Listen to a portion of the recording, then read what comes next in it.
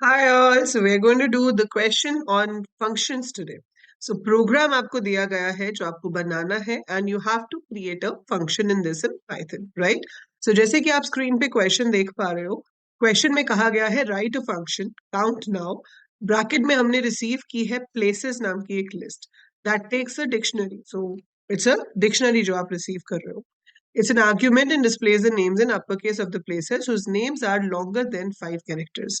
तो आपको इस डिक्शनरी में से प्लेसेस के नेम उठाने हैं और आपको उन्हें कैपिटल लेटर में शो करना है अगर उसकी लेंथ 5 कैरेक्टर से ज्यादा है, आर लॉन्गर देन 5 कैरेक्टर्स. जब भी आपको एग्जाम में ये क्वेश्चन दिए जाते हैं आपको साथ में इसका सैंपल इनपुट और सैंपल आउटपुट भी दिया जाता है ताकि आप क्वेश्चन को ज्यादा अच्छे से समझ सके.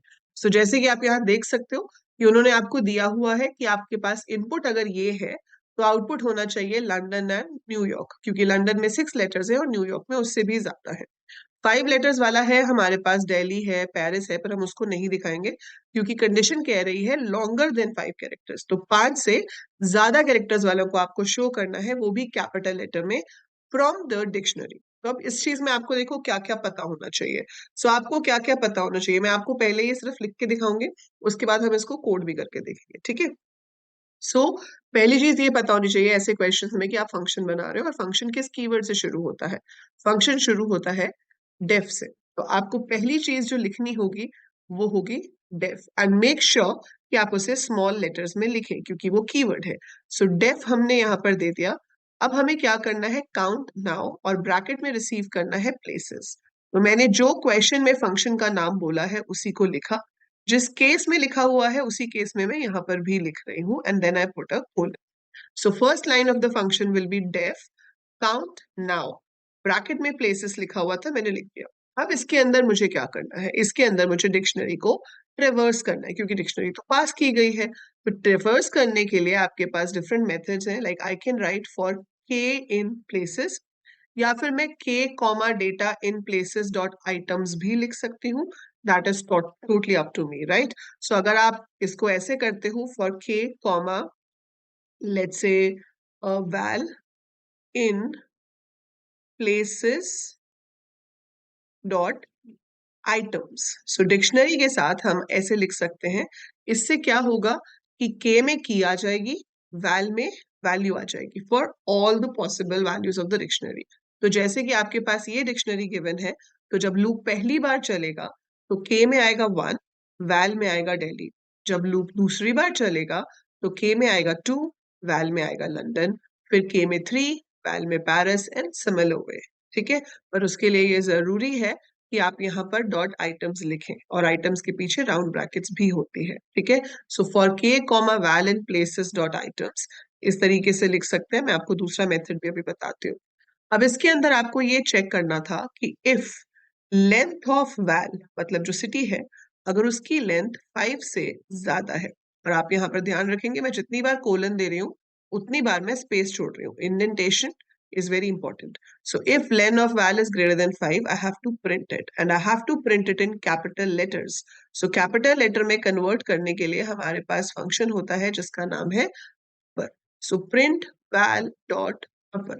ठीक है. तो ये बेसिक चीजें आपको याद होनी चाहिए कि स्ट्रिंग की लेंथ लेन फंक्शन से निकलती है, स्ट्रिंग अपर केस में अपर फंक्शन के थ्रू कन्वर्ट होती है. सो अगर ये सब नहीं आता होगा तो obviously it will be difficult for you to write the code.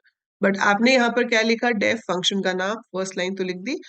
Partial marking होती है प्रोग्राम्स में, तो अगर अंदर का कोड नहीं भी आता है तो बेटा फर्स्ट लाइन जरूर लिख कर आओगे आप अपनी डेफिनेशन वाली, इसमें तो कुछ करना ही नहीं है. देन जो लूप आपको समझ में आता है वो लिखो एटलीस्ट. तो जो भी पार्ट्स हैं जितना तक लिख पाते हो उतना अटेम्प्ट जरूर करना है. अनअटेम्प्टेड आप पेपर में कोई भी क्वेश्चन छोड़कर नहीं आएंगे. सो यहाँ पर हमने इसको प्रिंट करा दिया, दैट्स इट. इतना ही काम करना था. इसके बाद ये फंक्शन कॉल भी करना है, तो जैसा आपको यहाँ पर दिया हुआ है वैसे आप इसको क्रिएट कर लेंगे. प्लेसेस, ये जो लिखेंगे मैं ये बिल्कुल डेफ के नीचे आके लिखना है क्योंकि फंक्शन खत्म हो चुका है. So places is equal to 1 colon करके अपनी पूरी डिक्शनरी बना दो और यहाँ से कॉल कर लो काउंट नाउ, ब्रैकेट में प्लेसेस को पास कर दो. ठीक है. वैसे तो इसको कॉल करने के मार्क्स नहीं कटते हैं, ठीक है, but to be on safer side always define it. So आप इसको ऐसे लिख कर आ सकते हैं. तो ये इसका प्रॉपर आंसर हो गया. दूसरा आप जो मैं बता रही थी आपको डिक्शनरी को एक्सेस करने का तरीका, वो ये हो सकता था आप लिख सकते थे फॉर के इन प्लेसेस। तो आपने अगर के इन प्लेसेस लिखा है तो के में सिर्फ की आएगी। तो अब यहाँ पर लेन ऑफ वैल की जगह आपको लिखना पड़ता डिक्शनरी का नाम स्क्वायर ब्रैकेट में की। सो इफ प्लेसेस के is greater than 5, similar way जब आप प्रिंट कराते तो वैल की जगह पे लिखना पड़ता प्लेसेस के डॉट अपर। सो आपको जो भी मेथड सही लगता है आप यूज कर सकते हो। पहले वाला ज्यादा इजी है, so I have told you that way, but आप दोनों में से कोई भी यूज करना चाहो that is totally up to.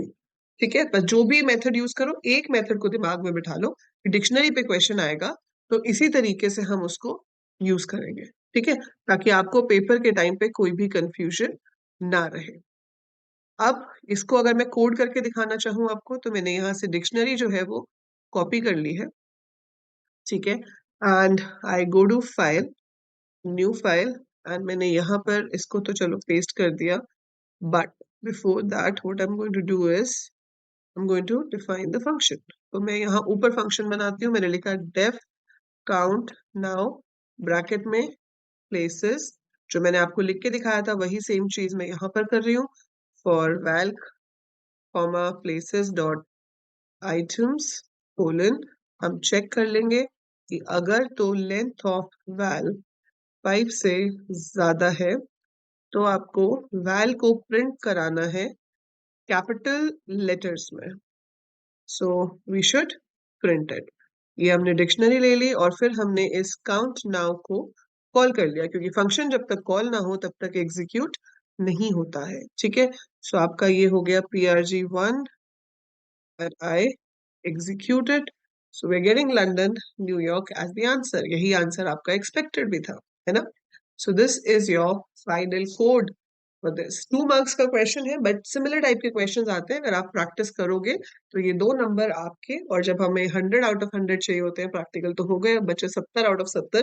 तो उसके लिए जरूरी है कि हम आधे आधे मार्क का भी ध्यान रखें कि वो कहीं पे भी लूज नहीं होना चाहिए। ठीक है, so that is how we solve it. Now write it down in your notebook. So पहले आप क्वेश्चन उतारिए, उसके बाद आप नोटबुक में अपने आंसर को भी लिखिए, ताकि जब आपको लास्ट डे पे रिवाइज करना होगा एग्जाम से पहले तो आपके पास आपके रजिस्टर में सारे इंपॉर्टेंट क्वेश्चंस होंगे और आप वहां से उसको फटाफट से रिवाइज कर सकते हो। ठीक है, so all the very best. Video useful लगी है तो लाइक पे जरूर क्लिक कीजिए, share it with all your classmates जो भी 12th के बोर्ड एग्जाम्स आपके साथ दे रहे हैं, as well as share it with your juniors, क्योंकि अब आपकी 11th क्लास वालों के एग्जाम्स भी हो गए हैं and they are getting into class 12। So channel को जरूर उनके साथ शेयर कीजिए so that they should know कि 12th में कहाँ से पढ़ना है।